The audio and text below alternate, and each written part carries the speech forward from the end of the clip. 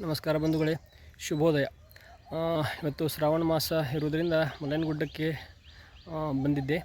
ಇಲ್ಲಿ ಮಲಯನಗುಡ್ಡದಲ್ಲಿ ಕಂಡಂತಹ ಒಂದು ಅತ್ಯಂತ ಅದ್ಭುತವಾದಂತಹ ಶ್ರೇಷ್ಠ ಒಂದು ಮೆದುಳಿನ ಟಾನಿಕ್ ಆಗಿರ್ತಕ್ಕಂತಹ ವಿಷ್ಣುಕ್ರಾಂತಿ ಸಸ್ಯ ನಮಗೆ ಕಾಣಿಸ್ತು. ಅದರ ಮಹತ್ವವನ್ನು ತಿಳಿಸ್ತಕ್ಕಂಥ ಒಂದು ಪ್ರಯತ್ನವನ್ನು ನಾನಿವತ್ತು ಮಾಡ್ತಾಯಿದ್ದೇನೆ. ಬನ್ನಿ ಆ ಒಂದು ಸಸ್ಯವನ್ನು ನೋಡಿಕೊಂಡು ಬರೋಣ. ಇದೊಂದು ಅತ್ಯಂತ ಬಿಸಿಲಿನ ಪ್ರದೇಶದಲ್ಲಿ ಬೆಳೀತಕ್ಕಂತಹ ಒಂದು ಶ್ರೇಷ್ಠ ಔಷಧಿ ಸಸ್ಯವಾಗಿದೆ. ಇದರ ಹೆಸರು ಆಗಲೇ ಹೇಳಿದ ಹಾಗೆ ವಿಷ್ಣುಕ್ರಾಂತಿ ಅಂಥೇಳಿ. ಇದರ ವೈಜ್ಞಾನಿಕ ಹೆಸರು ಎವಾಲ್ವಾಲಸ್ ಅಲ್ಸಿನಾಯ್ಡಸ್ ಅಂಥೇಳಿ. ಇದನ್ನು ಡಾರ್ಫ್ ಮಾರ್ನಿಂಗ್ ಗ್ಲೋರಿ ಅಂಥೇಳಿನೂ ಕರಿತಾ ಇದ್ದಾರೆ. ಸಂಸ್ಕೃತದಲ್ಲಿ ಇದನ್ನು ಹೃಸ್ವ ಶಂಖಪುಷ್ಪಿ ಅಂಥೇಳಿ ಕರಿತಾ ಇದ್ದಾರೆ. ಇದೊಂದು ಅತ್ಯಂತ ಶ್ರೇಷ್ಠವಾದಂತಹ ಮೆದುಳಿನ ಟಾನಿಕ್ ಆಗಿರ್ತಕ್ಕಂಥದ್ದು. ನೆನಪಿನ ಶಕ್ತಿಯನ್ನು ಹೆಚ್ಚಿಸಲು ಬಹಳಷ್ಟು ಸಹಾಯಕಾರಿಯಾಗಿದೆ. ಮೆದುಳನ್ನು ಚುರುಕುಗೊಳಿಸತಕ್ಕಂಥದ್ದು. ಇದರ ಹೂಗಳು ಮೆದುಳನ್ನು ಚುರುಕುಗೊಳಿಸತಕ್ಕಂತಹ ಕಾರ್ಯದಲ್ಲಿ ಅತ್ಯಂತ ಒಂದು ಕ್ರಿಯಾತ್ಮಕವಾಗಿವೆ ಅಂತ ಹೇಳ್ಬೋದು. ಮರುಗುಳಿತನವನ್ನು ಕಡಿಮೆ ಮಾಡುವಂಥದ್ದು, ನಿದ್ರಾಹೀನತೆ, ಮಾನಸಿಕ ಒತ್ತಡವನ್ನು ಕಡಿಮೆ ಮಾಡಲಿಕ್ಕೆ ಅತ್ಯಂತ ಶ್ರೇಷ್ಠ ಔಷಧಿ ಆಗಿರ್ತಕ್ಕಂಥದ್ದು. ಕೂದಲು ಉದುರುವುದನ್ನು ತಡೆಗಟ್ಟಲು ಈಗ ಮಾಡರ್ನ್ದಲ್ಲಿ ಮಿನಾಕ್ಸಿಡಿಲ್ ಅಂಥೇಳಿ ಒಂದು ಕೆಮಿಕಲ್ ಬರ್ತಾಯಿದೆ. ಅದಕ್ಕಿಂತಲೂ ಹೆಚ್ಚು ಪರಿಣಾಮಕಾರಿಯಾಗಿರ್ತಕ್ಕಂಥದ್ದು. ಇದನ್ನು ಅಭ್ಯಂತರವಾಗಿ ಸೇವಿಸುವುದರ ಮುಖಾಂತರ ಹಾಗೂ ಇದರ ಎಲೆಗಳ ಪೇಸ್ಟನ್ನು ತಲೆಗೆ ಹಚ್ಚುವುದರ ಮುಖಾಂತರ ಕೂದಲು ಉದುರುವಿಕೆಯನ್ನು ತಡೆಗಟ್ಟಬಹುದು. ಅದರ ಜೊತೆಗೆ ಉದುರಿದ ಕೂದಲುಗಳನ್ನು ಸಹಿತ ಮರಳಿ ಬೆಳೆಯುವಂತೆ ಸಹಿತ ಮಾಡಬಹುದಾಗಿದೆ. ಇದರ ಬ್ಯಾಕ್ಟೀರಿಯಲ್ ಗುಣಗಳಿಂದ ಇದು ಗಾಯಗಳನ್ನು ವಾಸಿ ಮಾಡುವುದರಲ್ಲಿ ಅತ್ಯಂತ ಗುಣಕಾರಿಯಾಗಿದೆ ಅಂತ ಹೇಳಬಹುದು. ರಕ್ತ ಮೂಲವ್ಯಾಧಿ ನಿವಾರಿಸುವುದರಲ್ಲಿ, ರಕ್ತ ಶುದ್ಧಿ ಮಾಡುವುದರಲ್ಲಿ ಹಾಗೂ ರಕ್ತವಾಂತಿಯನ್ನು ತಡೆಗಟ್ಟುವುದರಲ್ಲಿ ಸಹಿತ ಈ ಒಂದು ಸಸ್ಯದ ಕಷಾಯವು ಬಹಳಷ್ಟು ಪರಿಣಾಮಕಾರಿಯಾಗಿದೆ ಅಂತ ಹೇಳ್ಬೋದು. ಧ್ವನಿ ಹಾಗೂ ಚರ್ಮದ ಕಾಂತಿಯನ್ನು ಹೆಚ್ಚಿಸಲಿಕ್ಕೆ ವಿಷ್ಣುಕ್ರಾಂತಿ ಬಹಳಷ್ಟು ಸಹಾಯಕವಾಗಿರ್ತಕ್ಕಂಥದ್ದು. ಹೊಟ್ಟೆಯಲ್ಲಿನ ಕ್ರಿಮಿಗಳನ್ನು ನಾಶ ಮಾಡಬಲ್ಲದು ಹಾಗೂ ನರದೌರ್ಬಲ್ಯದಲ್ಲಿ ಈ ಗಿಡದ ಕಷಾಯವು ಬಹಳಷ್ಟು ಸಹಕಾರಿಯಾಗಿದೆ ಅಂತೇಳಿ ಹೇಳ್ಬೋದು. ದಮ್ಮು, ಶ್ವಾಸ ಅಂತಂದರೆ ತೇಕ್ ಅಂತೇಳಿ ಕರಿತೀವಿ. ಅಂಥ ಸಂದರ್ಭದಲ್ಲಿ ಈ ಎಲೆಗಳ ಧೂಮ್ರಪಾನ, ಈ ಎಲೆಗಳ ಒಂದು ಹೊಗೆಯನ್ನು ನಾವು ತೆಗೆದುಕೊಳ್ಳುವುದರಿಂದ ಬಹಳಷ್ಟು ಪರಿಣಾಮಕಾರಿಯಾಗಿದೆ.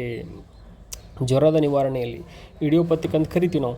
ಎಷ್ಟೋ ಟೆಸ್ಟ್ ಮಾಡಿದರೂ ಸಹಿತ ಯಾವುದರಿಂದ ರೋಗ ಬರ್ತಾ ಇದೆ ಅಂಥೇಳಿ ಕಂಡುಹಿಡಿಯದೇ ಇರತಕ್ಕಂಥ ಒಂದು ಸಂದರ್ಭದಲ್ಲಿ ಈ ಒಂದು ಅಂದರೆ ಇಡಿಯೋಪತಿಕ್ ಕಾರಣವೇ ಗೊತ್ತಿರದಂತಹ ಹಲವಾರು ಜ್ವರಗಳಲ್ಲಿ ಇದನ್ನು ನಾವು ಉಪಯೋಗ ಮಾಡಬಹುದು.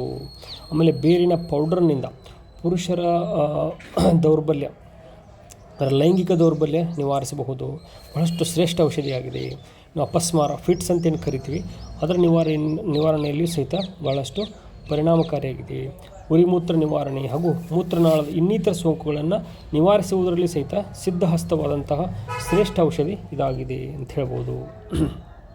ಆಮೇಲೆ ಇನ್ನೂ ಒಂದು ಶ್ರೇಷ್ಠ ಗುಣ ಅಂತಂದರೆ ಜ್ವರ ಬಂದ ನಂತರ ಕಂಡುಬರತಕ್ಕಂತಹ ಸಂಧಿವಾತಗಳಲ್ಲಿ ಹಾಗೂ ಸಂದುಗಳ ಬಾವುಗಳಲ್ಲಿ ಈ ಗಿಡದ ಕಷಾಯವು ಅತ್ಯಂತ ಪರಿಣಾಮಕಾರಿಯಾಗಿದೆ. ಪ್ರಮಾಣ ಎಷ್ಟು ತೆಗೆದುಕೊಳ್ಬೇಕು ಅಂತಂದರೆ ಪೌಡರ್ ಇದ್ದರೆ 3 ರಿಂದ 6 ಗ್ರಾಮ್, ಕಷಾಯ ಇದ್ದರೆ 10 ರಿಂದ 15 ml ವರೆಗೂ ತೆಗೆದುಕೊಳ್ಬಹುದು.